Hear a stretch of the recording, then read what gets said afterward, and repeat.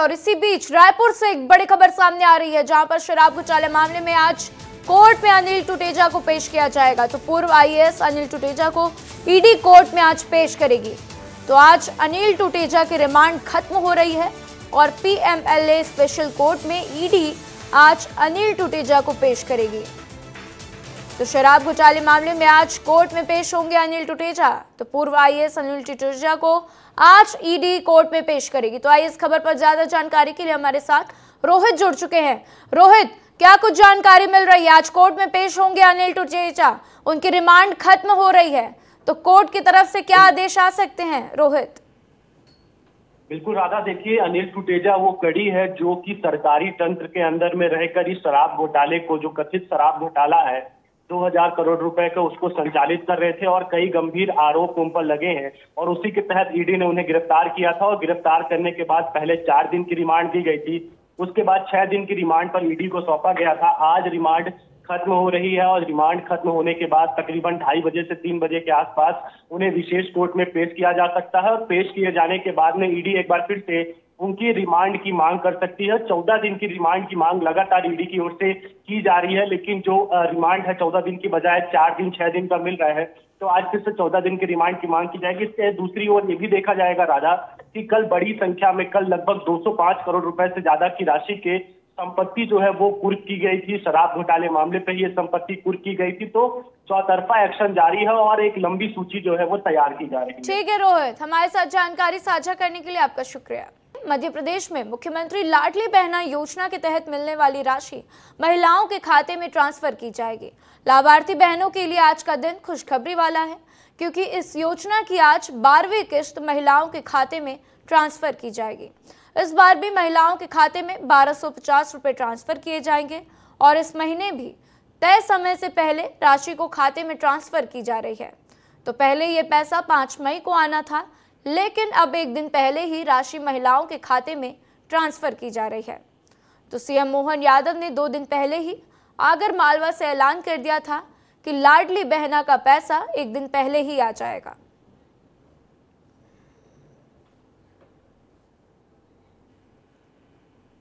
ये लाडली बहनों के लिए बहनों ने बहुत सारी माला पहनाई।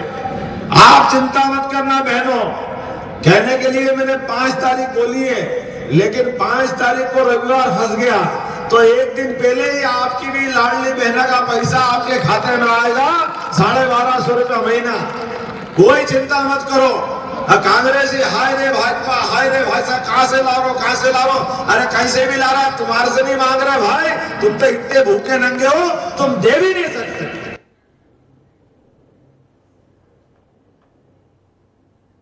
तो खबर बेमेतरा से है, जहां पूर्व गृह मंत्री ताम्रध्वज साहू ने दावा किया है कि छत्तीसगढ़ में कांग्रेस 11 में से 11 सीट जीत रही है। तो उधर राधिका खेड़ा विवाद पर बीजेपी के आरोप पर कहा कि बीजेपी अपने अंदर झांके और अपने परिवार देखे। तो पूर्व गृह मंत्री ताम्रध्वज साहू ने बिरनपुर हिंसा मामले में सीबीआई से निष्पक्ष जांच की मांग भी की है। बीजेपी को अपने पक्ष को देखना चाहिए। कांग्रेस में इतने मजबूत दमदार लोग हैं कि हमारे पक्ष में अगर किसी भी प्रकार की बात होती है, हमारी पार्टी में, हमारे केडर में, हमारे परिवार में, तो उसको सुलझाने में, समझाने में, समझने में हम लोग सक्षम हैं। अपने परिवार को देखें, अपने पार्टी को देखें, अपने गिरेबान में झांक के देखें।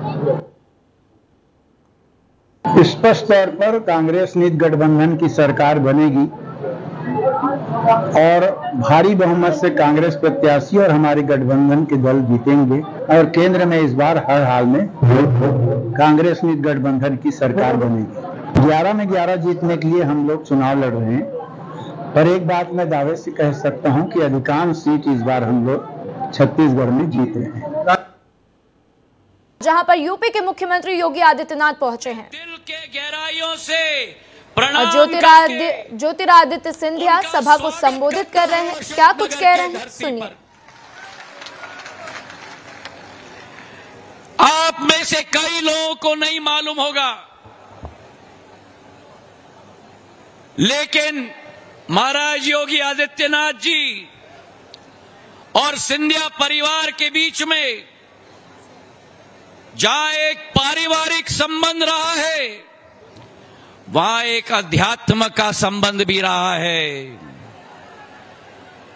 कई दशक पूर्व धार्मिक न्याय के परंपरा के महान संत पूज्य हमारे नरहरि नाथ जी ने, मात जी महाराज ने जब अहमद शाह अब्दाली को उत्तर प्रदेश के पावन भूमि से खदेड़ के अफगानिस्तान वापस भेजा था, तब हमारे महान संत पूज्य नरहरि नाथ जी ने मात जी महाराज को श्रीनाथ की उपाधि दी थी मेरे भाई और बहनों। और वहीं आपके गुरु गोरखपुर की आन बान और शान महंत श्री दिग्विजय नाथ जी ने मेरी आजी अम्मा राजमाता साहब के साथ जुटकर राम जन्मभूमि की मुहिम की ब्यूगल बजाई थी मेरे भाई और बहनों। बोलो मेरे साथ जय जय। पीछे से आवाज आनी चाहिए, जय जय। आज मुख्यमंत्री महाराज योगी आदित्यनाथ जी की लोकप्रियता राष्ट्र के कोने कोने में है, और जिस तरह उन्होंने परिवर्तित कर दिया है उत्तर प्रदेश की भूमि को, जो देश में मशहूर थी अपराध के लिए, आज मशहूर हो गई है विकास और प्रगति के लिए मेरे भाई और बहनों। केंद्र में हमारे पास एक कर्म योगी है, प्रधानमंत्री नरेंद्र मोदी जी के रूप में, और उत्तर प्रदेश में हमारे महाराज योगी जी हैं। तो कर्म योगी और योगी का संगम उत्तर प्रदेश की माटी पर हो चुका है मेरे भाई और बहनों। आपका और हमारा संबंध एक हृदय का संबंध सदैव रहा है। आपका और हमारा संबंध एक खून का रिश्ता सदैव रहा है। अगर ज्योतिरादित्य सिंधिया जीता है तो अशोकनगर, शिवपुरी और गुना की जनता के रखवाली और विकास के लिए जीता है मेरे भाई और बहनों। सुख के समय में आपके साथ हम रहे या न रहे। इसी बीच रायपुर से एक बड़ी खबर सामने आ रही है, जहां पर शराब घोटाले मामले में आज सुनवाई होगी। तो अनवर डेबर की जमानत याचिका पर आज सुनवाई होगी। तो 12 दिन के पुलिस रिमांड के बाद से न्यायिक रिमांड पर जेल में डेबर हैं। तो एसीबी और ईओडब्ल्यू की स्पेशल कोर्ट में जमानत होगी, तो वहीं याचिका पर आज सुनवाई होगी। तो ईडी ने कल ही अनवर डेबर की संपत्ति को कुर्क किया था, और अब आज इस मामले पर स्पेशल कोर्ट में सुनवाई होगी। तो आइए इस खबर पर विस्तार से जानते हैं हमारे सहयोगी रोहित मिश्रा से। रोहित, अनवर डेबर की जमानत याचिका पे आज सुनवाई होनी है, क्या कुछ अपडेट मिल रहा है? रोहित। बिल्कुल, देखिए राधा, 3:30 से 4 बजे के बीच में अनवर डेबर को कोर्ट पर पेश किया जा सकता है। एसीबी और ईओडब्ल्यू ने 12 दिन की पुलिस रिमांड के बाद में न्यायिक रिमांड पर जेल के अंदर जो डेबर है वो है, और लंबे समय से उनकी संपत्तियों को लेकर जो है वो जांच की जा रही है। इसके अलावा क्योंकि कहा जा रहा है कि अनवर डेबर बाहर रह के जो पूरा सरगना है, पूरा घोटाला है, उसको संचालित करते थे, तो वो तमाम तरीके से आरोप है उनके ऊपर, जिस पर लगातार पूछताछ की जा रही है। ईडी का भी शिकंजा, इसके अलावा एसीबी और ईओडब्ल्यू की टीम ने भी उनकी रिमांड मांगी थी, और जिसके बाद आज उनकर कोर्ट पर पेश किया जाना है, और साथ ही उनकी जमानत याचिका पर भी सुनवाई होगी। कोर्ट क्या कुछ फैसला लेता है ये जो है वो साफ हो जाएगा। ठीक है रोहित, हमारे साथ जानकारी साझा करने के लिए आपका शुक्रिया। तो बस्तर के न्यानार और बिरिंगपाल संग्रहण केंद्रों में 7,80,000 क्विंटल धान खुले में रखा हुआ है। दंतेवाड़ा, सुकमा और बीजापुर जिले के धान खरीदी केंद्रों से लेकर धान को यहां पर रखा गया है लाकर, और संग्रहण केंद्र के संचालकों ने धान को सुरक्षित करने के लिए उसे पैक कर दिया है। संग्रहण केंद्र संचालकों को अब धान की सूखती का डर सताने लगा है। तो वहीं प्रशासन की तरफ से जल्द ही दोनों ही संग्रहण केंद्रों से पूरा धान उठवाने का यहां पर दावा किया जा रहा है। और वहीं बस्तर में हो रही बेमौसम बारिश ने संग्रहण केंद्र संचालकों की चिंता जरूर बढ़ा दी है। केंद्र शासन की एक महत्वाकांक्षी योजना है किसानों के द्वारा धान खरीदी करने का। इस पे सत्र 2023-24 में जो धान खरीदी हुई थी हमारे जिले में लगभग 2,45,00,000 मेट्रिक टन का जो खरीदी हुई है उसका हम लोगों ने लगभग उठाव कंप्लीट कर लिया है। संग्रहण केंद्रों में जो दंतेवाड़ा, बीजापुर और सुकमा से जो धान आई हुई है उसके लिए हम लोग लगातार शासन स्तर पर प्रयास कर रहे हैं ताकि उसका भी ड्यू कट जाए और जहां पे भी अंदर जिला में जो ट्रांसफर होना है उसका हम लोग कराने की कोशिश में है।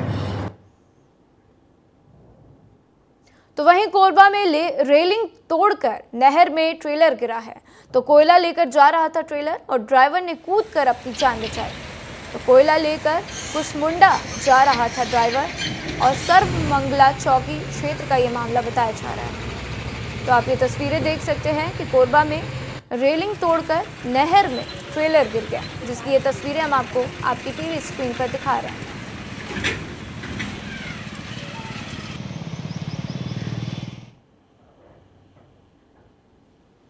तो उज्जैन में बाबा महाकाल मंदिर के गर्भगृह में भीषण आग लगने के बाद से अब मंदिर प्रबंधन ने सबक लिया है और 100 बेड का अस्पताल शुरू किया गया है।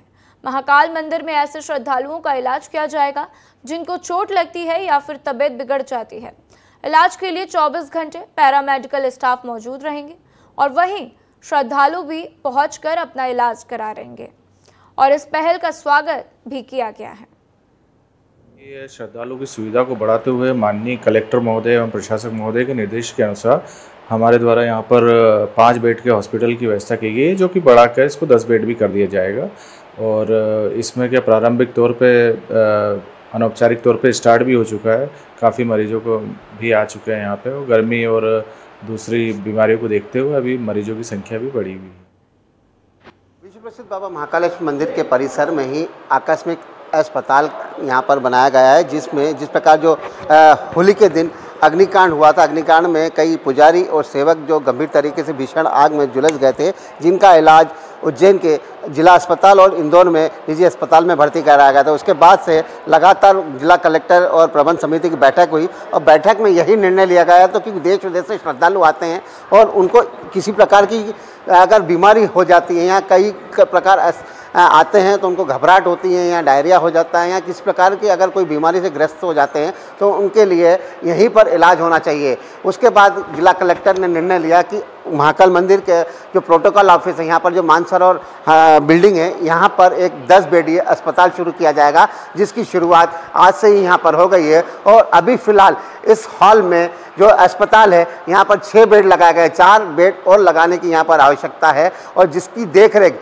जो पैरामेडिकल स्टाफ है वो यहाँ पर डॉक्टरों की तैनाती में हो रहा है। और कई ऐसे निजी अस्पताल के डॉक्टर हैं जो यहाँ पर अपनी सेवाएं देना चाहते हैं और सुबह से ही जो श्रद्धालु बाबा महाकाल का आशीर्वाद लेने आ रहा है वो यहाँ आकर बीपी, शुगर या अन्य जो उनको घबराहट हो रही है, क्योंकि गर्मी का तापमान ज़्यादा है, गर्मी में कई श्रद्धालुओं को घबराहट हो जाती है, चक्कर हो जाते हैं, इसलिए यहाँ पर वो अपना इलाज भी करवा रहे हैं और यहाँ से दुरुस्त होकर यहाँ से बाबा महाकाल का आशीर्वाद लेके अपने घरों के लिए भी जा रहे हैं। मैं सिंह ठाकुर के साथ संतोष कृष्णानी, विस्तार न्यूज़, उज्जैन। तो खबर भोपाल से है, जहां एक ट्रैफिक पुलिस के जवान को अपनी ड्यूटी निभानी भारी पड़ गई। वाहन चेकिंग के दौरान जब ट्रैफिक पुलिस के आरक्षक ने काली फिल्म लगी गाड़ी को रोकने की कोशिश की तो कार चालक ने गाड़ी तो रोकी नहीं, उल्टा ट्रैफिक पुलिस के जवान को ही टक्कर मार दी।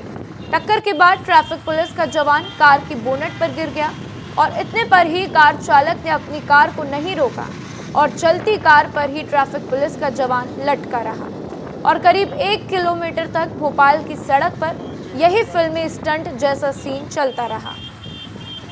तो आप भी देखिए कि कैसे बेखौफ होकर आरोपी कार चालक गाड़ी चला रहा है।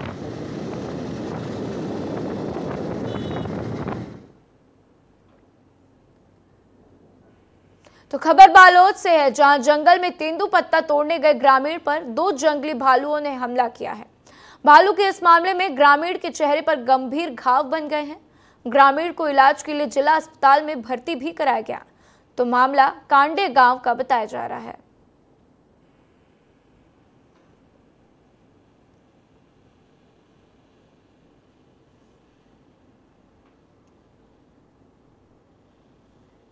तो आगरमालवा जिले में आबकारी विभाग ने लोकसभा चुनाव से पहले बड़ी कार्रवाई की है।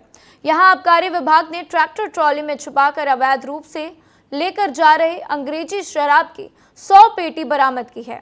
इस शराब की कीमत 4 लाख रुपए बताई जा रही है और पुलिस ने एक आरोपी को भी हिरासत में लिया है।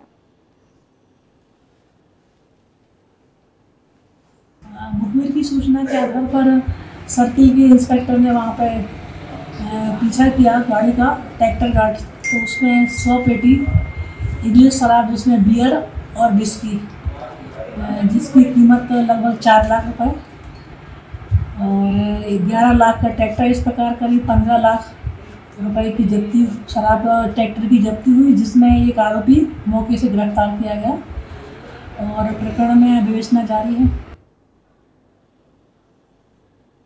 तो अब बात मौसम की कर लेते हैं। मध्य प्रदेश में लगातार पड़ रही भीषण गर्मी और गर्म हवाओं से लोग परेशान हैं। मध्य प्रदेश के ज्यादातर शहरों में तापमान 40 के पार ही चल रहा है। तो शुक्रवार को सबसे ज्यादा 44 डिग्री तापमान नरसिंहपुर में दर्ज किया गया। तो आज भी लोगों को तेज गर्मी का सामना करना पड़ेगा। हालांकि कल यानी रविवार से मौसम बदलने की संभावना बनी हुई है और रविवार को मध्य प्रदेश में कहीं कहीं बादल छाने और हल्की बारिश होने के भी अनुमान है। तो छत्तीसगढ़ में भी पड़ रही लगातार भीषण गर्मी से लोग बेहद परेशान हैं। तो मौसम विभाग ने 48 घंटे के लिए ब्लू अलर्ट जारी किया है और रायगढ़, जांजगीर, राजनांदगांव, कांकेर में अलर्ट जारी किया गया। तो अगले 4 दिनों में तापमान 2 से 3 डिग्री बढ़ने का अनुमान है और रायपुर में 15 मई के बाद लू चलने के आसार हैं।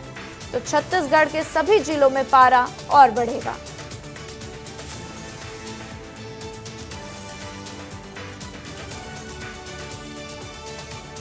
तो छत्तीसगढ़ में मौसम को लेकर ब्लू अलर्ट जारी किया गया और तेज गर्मी का कहर जारी है। तो मध्य प्रदेश में कल से थोड़ी सी गर्मी से राहत मिल सकती है, ऐसा मौसम विभाग का कहना है।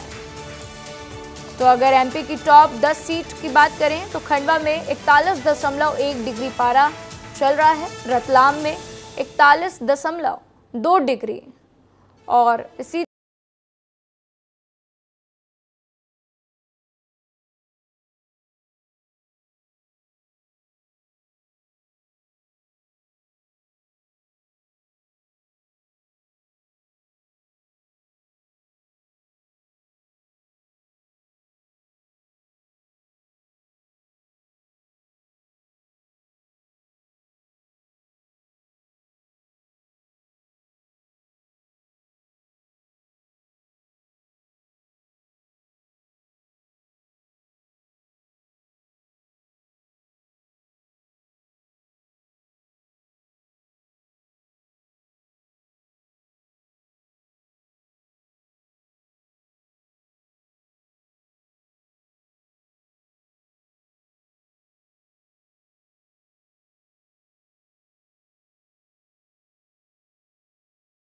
तो कॉफी शरीर को डिहाइड्रेट कर सकती है, इसलिए इसका भी सेवन ज्यादा ना करें।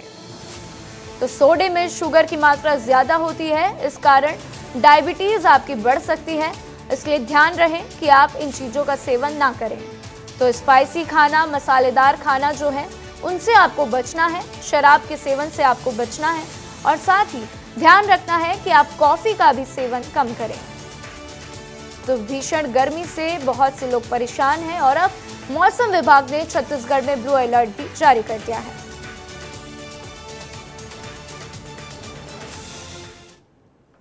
तो बिलासपुर में छात्रों का हंगामा जारी है। तो गुरु घासीदास सेंट्रल यूनिवर्सिटी में देर रात छात्राओं ने हंगामा किया। गर्ल्स हॉस्टल का गेट तोड़कर प्रदर्शन किया गया। तो एबीवीपी कार्यकर्ताओं के साथ धरने पर बैठी रही छात्राएं। तो मतदाता जागरूकता कार्यक्रम में जाने से रोकने पर यह आक्रोश भड़का है। तो अव्यवस्था समेत लंबित मांगों को लेकर छात्राओं ने मोर्चा खोल दिया। तो तड़के सुबह तक जारी रहा छात्राओं और एबीवीपी कार्यकर्ताओं का प्रदर्शन। तो बिलासपुर की एक खबर है जहां पर गुरु घासीदास सेंट्रल यूनिवर्सिटी में देर रात छात्राओं ने हंगामा किया है। तो आप ये तस्वीरें देख सकते हैं, बिलासपुर की हैं, जहां पर देर रात ये धरना प्रदर्शन हुआ और एबीवीपी कार्यकर्ताओं के साथ धरने पर छात्राएं बैठी रहीं।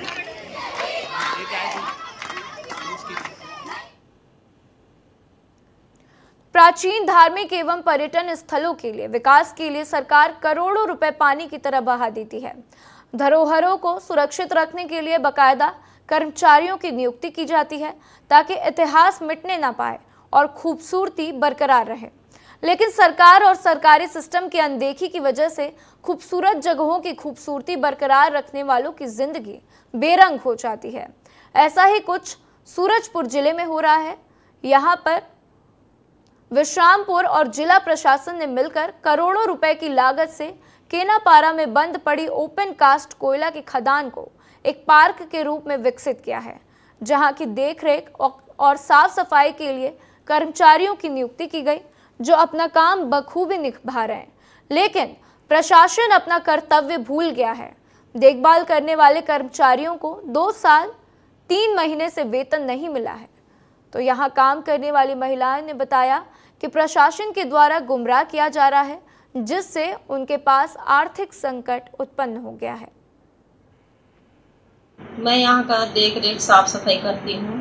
पूरा 2 साल 3 महीना से मेरे को पेमेंट नहीं मिला है। मैं कलेक्टर सर से भी आवेदन डाली, DO सर से भी, रेंजर सर से भी, मगर कोई नहीं सुनते हैं। आज देंगे, कल देंगे, ऐसे करके बस लटका के रखे हैं।